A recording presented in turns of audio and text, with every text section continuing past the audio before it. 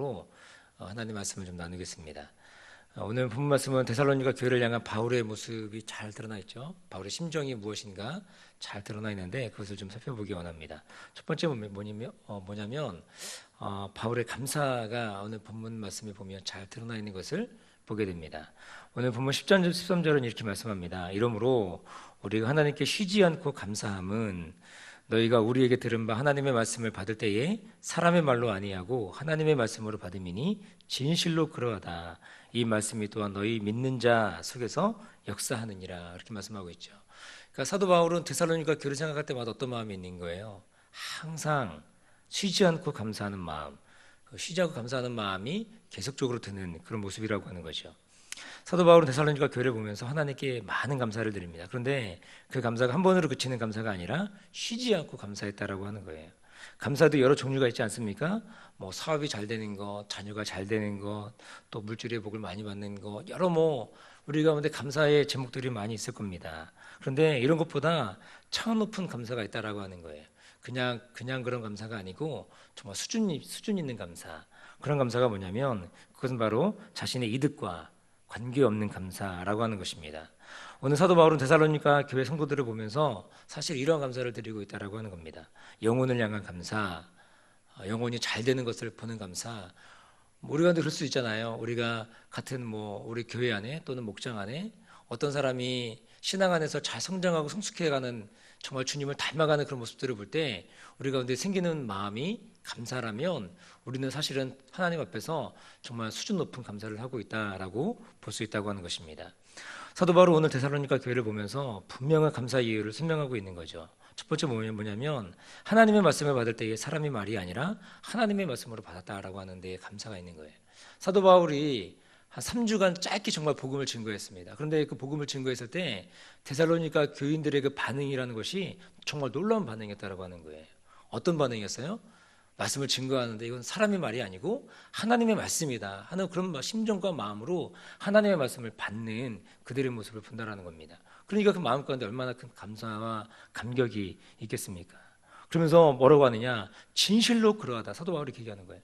너희들이 그렇게 얘기할 때, 너희들의 그 태도가 진실로 그러했다라고 하는 겁니다. 이것이 바로 사도 바울이 쉬지 않고 감사하는 이유였다라고 하는 거죠. 하나님의 말씀을 전하는 사람이 성품이 훌륭하다고, 하나님의 말씀이 훌륭해지고, 또 말씀을 전하는 사람이 인격이 좀 후지다고, 하나님의 말씀이 후져지고, 여러분 그런 겁니까? 그렇지 않은 거예요. 물론 우리가 하나님 말씀을 전하는 사람의 그런 담은 그릇이 깨끗하면 정말 훌륭하고 너무 좋겠죠. 그러나 그렇지 않은 경우가 많이 있지 않습니까? 우리가 완벽한 인간이에요? 우리가 완벽하게 거룩한 사람입니까? 그렇지 않습니다. 다 모난 부분이 있고 깨진 부분이 있고, 그런데도 하나님이 설교자로 세우시고 그렇게 그들을 통해서 하나님 말씀을 증거하게 만들었다라는 거예요. 그런데 그 말씀을 들을 때에 그 말씀을 듣는 성도들의 태도가 무엇입니까? 이것은 사람의 말이 아니고 하나님의 말씀이다라고 하는 그런 말씀으로 받을 때에 그때 피차간에 서로 은혜가 되는 그런 모습이 있는 줄로 믿습니다. 사도 바울이 어떤 사람이에요? 성품이 부드럽거나 인격적으로 정말 꽤 훌륭한 사람입니까? 근데 성경을 보니까 그렇지 않은 것을 우리가 알 수 있잖아요. 바울은 자신의 은인 같은 바나바 어떻습니까? 마가를 데려가느냐 안 데려가느냐 이것 때문에 굉장히 크게 다툽니다. 그리고서는 다시는 그와 함께하지 않는 것을 보게 되거든요. 또 예수님의 수제자 그리고 초대교회에서 가장 존경받는 인물 그 베드로가 외식하는 행위가 있었어요. 외식하는 모습을 보이니까 그때 어떻게 해요? 그때 많은 사람들이 보는 앞에서 아주 책망할 만큼 그런 강한 사람이라는 겁니다. 성격이 강한 사람. 또 교만한 고린도 교인들을 무섭게 책망하는 그런 성품의 사람이 바로 누구예요? 이 바울이라고 한 사람이에요. 근데 이런 바울을 본다면 실망한 이유가 많이 있잖아요. 바울이 완벽한 사람입니까? 그렇지 않죠. 바울에게도 실망한 요소들이 많이 있고 바울에게도 인간적인 요소들이 굉장히 많은 것들을 보게 되는 거죠. 그런데 어때요? 그가 전하는 그 복음을 듣고 거기 있는 데살로니가 교회 교인들이 정말로 훌륭한 태도를 보여주고 있다고 하는 겁니다. 사람의 말이 아니라 사람의 말로 받는 것이 아니라 하나님의 말씀. 그러니까 강단에 선포되어지는 이 말씀이라는 것이 바로 이것이 어떤 한 개인의 자기의 개인적인 이런 이야기들이 아니라 정말 하나님의 살아계신 말씀이다라고 하면서 그 받는.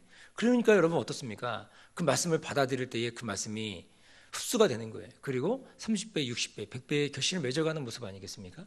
3주라는 정말 짧은 시간 복음을 전했고 말씀을 들었는데 그들의 삶의 태도가 무엇입니까? 변화되는 모습이 뭐예요? 정말 놀라운 변화를 보여주는 그런 모습이라고 하는 것입니다.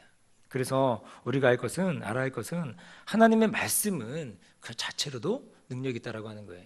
그것을 담고 있는 그릇이 정말 훌륭하면 더 좋겠죠.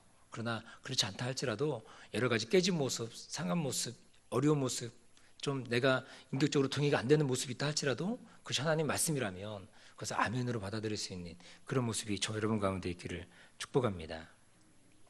하나님은 부족하고 모자란 사람을 가지고서도 역사하신다라는 거예요. 이 세상에 모든 목회자를 놓고 다 볼 때 모든 목회자가 다 훌륭합니까? 아니라는 거예요. 만약 하나님이 훌륭한 목회자만 가지고 훌륭한 사람만 가지고 일하겠다 그러면은 세상에 누굴 가지고 쓰겠습니까? 쓸 사람이 사실 아무도 없는 거죠. 하나님 앞에서 다 보면 어때요? 다 흠 있는 사람이고 다 부족한 사람이고 모자란 사람이라는 겁니다. 이런 맥락에서 바울은 데살로니가 교회의 말씀 듣는 태도가 참 마음에 들었다고 하는 것입니다. 우리들은 어떻습니까? 강단에서 선포되는 말씀을 하나님의 말씀으로 받고 계십니까? 청년들과 제자 훈련할 때 이 말씀, 이 본문 말씀이 나오거든요.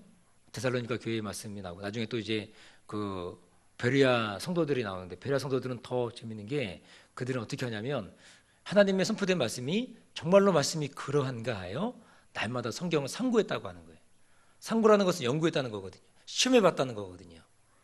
그러니까 데살로니가 교인들도 훌륭했지만 나중에 보면 이 베레아 성도들은 더 정말 하나님 말씀에 대해서 그렇게 반응하는 모습들이 있다라고 하는 것입니다. 우리 모두는 하나님 말씀을 선포할 때 그것을 사람의 말이 아닌 하나님의 말씀으로 받는 그런 은혜가 있기를 축복합니다. 한 가지 더 볼 것이 있는데 그 태도만 가지고 칭찬을 하지 않았다라는 거예요. 이들이 믿음의 역사를 봤다고 하는 것입니다. 그래서 13절 하반절에 보니까 이렇게 말씀하죠. 이 말씀이 또한 너희 믿는 자 속에서 역사하느니라 그렇게 말합니다. 여기서 역사한다는 것은 우리가 1장에 보면은 믿음의 역사 또 사랑의 수고 소망의 인내 받지 않습니까? 그 믿음의 역사라고 할 때 같은 거라는 것입니다. 그러니까 믿음과 행위가 일치했다는 거죠. 오늘 한국 기독교가 사회에서 세상에서 손가락질 받는 이유는 무엇입니까? 행위가 없기 때문이라는 거죠. 사랑을 말하면서 진정한 사랑을 보여주지 못하는 교회, 그런 모습 때문에 사실은 한국 교회가 많은 욕을 얻어먹고 있다라고 하는 거예요. 여러분 잘 아시겠지만 그 요한계시록을 보면 우리 주님이 그 소아시아 교회 7교회 있지 않습니까? 7교회를 사실은 다 책망하시는 모습이 나와요. 근데 책망하시는 모습이 나오는데 주님이 하시는 그 책망의 공통점이 있다라고 하는 겁니다. 주님이 왜 이 7교회를 책망하시는가 보면은 그들이 믿음이 없기 때문이 아니라는 거예요. 그들에게 믿음이 다 있습니다. 믿음이 없지 않죠. 근데 믿음이 없다, 믿음이 적다 이런 거 책망하지 않으시고 그들의 행위를 가지고 책망하시는 것을 우리가 보게 된다라는 것입니다. 우리 가운데도 마찬가지 아닐까요? 우리의 행위, 우리 믿음이 있다라고 하면서 행위가 없고 순종함이 없는 그 모습을 보면서 책망하는 모습이라는 것입니다. 여기에 인사이트가 있는 거죠. 하나님은 우리의 믿음 없음을 책망하지 않으신다는, 우리 지금까지 잘 믿어왔잖아요, 그죠? 남다른 믿음을 보여왔습니다. 그럼 이제 우리가 해야 될 것은 무엇입니까? 믿음 그대로 살아가는 모습. 우리가 주님 믿었다고 한다면 그 믿음 그대로를 살아가는 모습이 우리 가운데 필요하다는 거죠. 제가 지난 시간에 말씀드렸던 것 같은데 우리가 믿음으로 부름받은 사람은 많은데 순종으로 부름받은 사람은 적다라고 하는 것이죠. 다 믿음으로 부름받았습니다. 다 믿었다고 합니다. 믿음이 좋다고 합니다. 그런데 순종함이 없다라고 하는 거예요. 그러면 그 믿음은 우리가 다시 한번 생각해 봐야 한다라는 것이죠. 몇 년 전에 제가 굉장히 감동적으로 읽었던 책이 있습니다. 예전에 한번 제가 말씀드린 것 같기도 한데 그 책 제목이 뭐냐면 그 청년 바보 의사라는 책이에요. 저는 이 책 보면서 좀 많이 울었거든요. 그리고 제가 이 책을 제 지인들에게 선물을 좀 많이 했습니다. 특히 청년들에게도 선물을 좀 많이 했는데 잘 안 읽더라고요, 청년들이 책을. 이 책에 보면은 33년의 짧은 생애를 행함이 있는 믿음으로 살았던 멋진 청년 의사 이야기가 등장합니다. 바로 이제 안수연이라는 의사거든요. 이 안수연 의사의 삶을 읽으면서 믿음의 삶이란 바로 이런 거구나. 그러니까 행동하는 믿음이란 바로 이런 거구나 라는 생각을 참 많이 했습니다.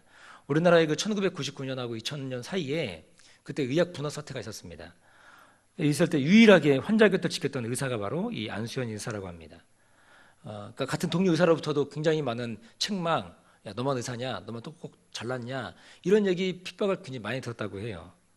근데 이분이 어떻게 했냐면 이 의학 분화 사태가 있을 때 하루에 한두 시간 자면서 한 끼만 먹어가면서 환자를 생각했던 의사였다고 합니다. 또한 환자의 손을 잡고 여호와 라파를 부르짖으면서 정말 말기암 환자, 고통 가운데 있는 환자, 그런 환자, 찾아가지 않는 환자, 그 환자의 손을 붙잡고 아무도 없는 병실에 혼자 가서 그 환자의 손을 붙잡고 기도했던, 여호와 라파를 부르짖었던 그 의사였다고 하는 거죠. 자신의 것을 아끼지 않고 나누는 사람이었고, 누군가 필요하다면 자기 시간을 기꺼이 내어주는 사람. 얼마나 의사 바쁩니까? 그런데도 불구하고 자기 후배나 누군가 와가지고 어려운 사람이 있다 그러면 함께 하자 그러면 기꺼이 자기 시간을 내어주는 사람이었다고 합니다. 그리고 이 사람은 항상 가방에 뭐가 들어있냐면 신앙 서적하고 그 테이프 또는 CD, 뭐 찬양이 관련된 이런 것들 많이 가지고 다녔다고 해요.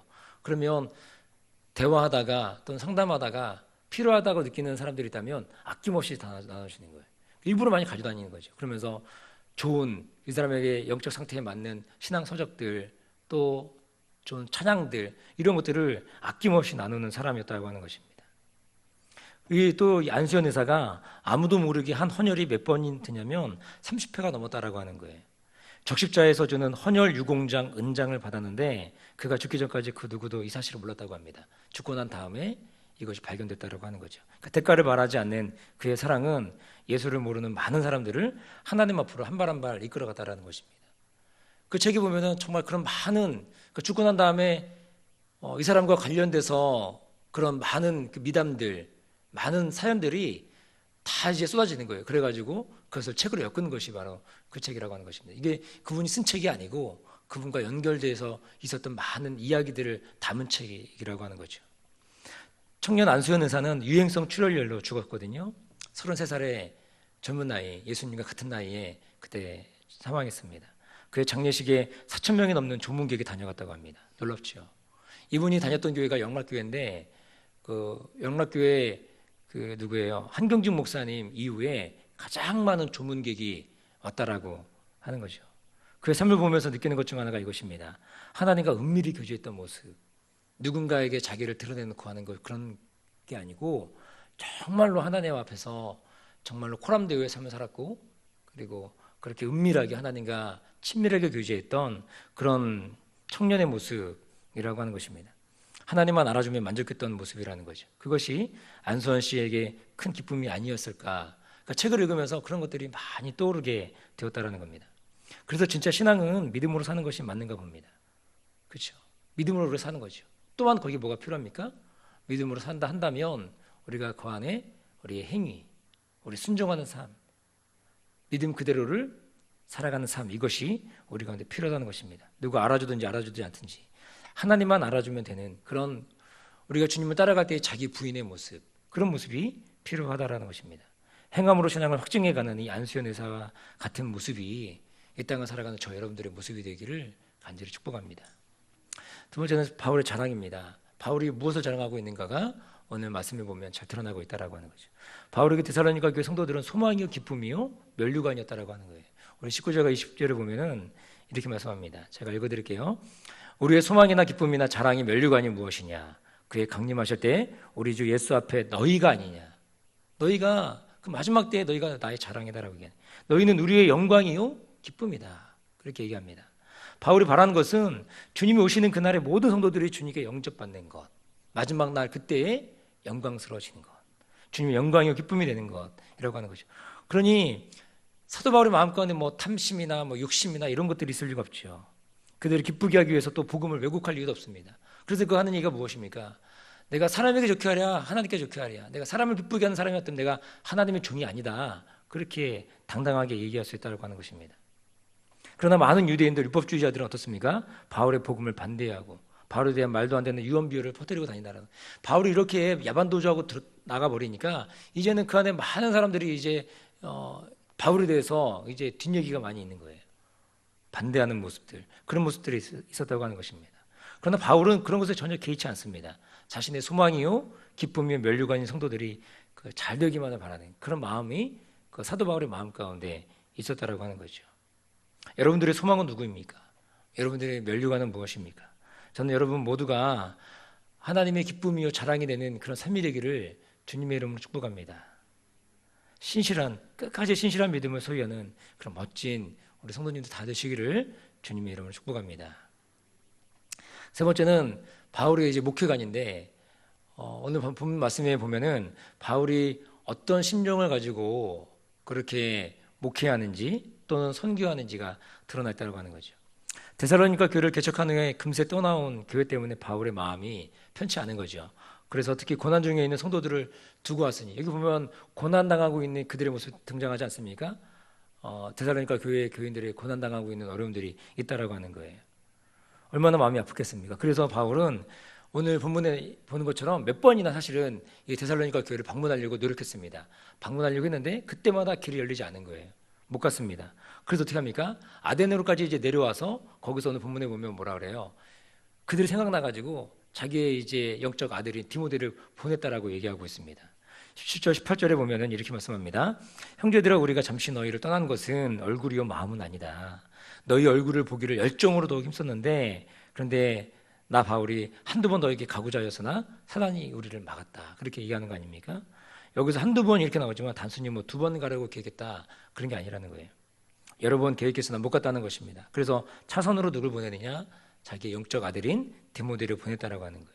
바울은 직접 못 가는 상황에서 디모데를 보내서라도 그들이 환난 가운데, 이 어려움 가운데, 고난 가운데 흔들리지 않고 믿음을 지켜갈 수 있도록, 정말 자기가 그토록 가기 원했지만 그런 상황이 안 되고 어려우니까 그러면 누구라도 대신 보내는 그런 모습이 있다라고 하는 거예요. 자기 영적 아들인 디모데를 보내서 그들을 돌보게 하고 그들의 신앙을 더 굳건히 하게 하고 그런 모습들로 있었다라고 하는 거죠.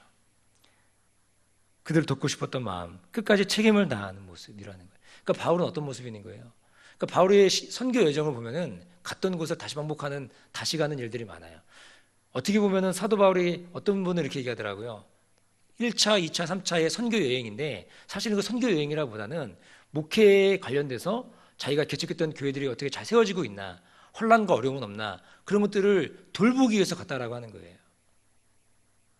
자기가 세웠던 교회, 자기가 세웠던 그 많은 그 사람들, 그런 사람들을 다시금 보기 원하는 그런 사도 바울의 그런 목회자의 마음들이 사실은 있었다고 하는 것입니다. 이것이 바로 목회자의 마음이라는 거죠. 이런 마음은 목회자에게만 필요한 것이 아니죠. 목회자의 마음으로 사역하는 모든 성도들이 가져야 할 마음이라고 생각합니다. 바울의 목회가 어떻습니까? 성도들이 끝까지 책임지려고 하는 그런 마음들이 있다고 하는 거예요. 물론 그가 여러 교회를 개척하고 그렇게 다니는 모습, 복음을 정말로 능력 있게 전하는 모습이 있었지만, 그러나 그 마음 가운데는 그뿐만 아니라 선교사의 마음뿐만 아니라 마음 가운데 목회자의 마음도 담고 있다고 하는 거예요. 그것은 비단 목회자만 가진 마음이 아니라 이 땅을 살아가는 우리 목자들 또는 뭐 교사들 또는 리더들, 그 모든 분들이 이 동일한 마음들을 우리가 가져야 한다는 것입니다. 그래서 우리들도 우리에게 맡겨진 영혼 끝까지 책임지는 참된 목자가 되시고 참된 교사가 되시고 참된 리더가 되시기를 주님의 이름으로 간절히 축복합니다.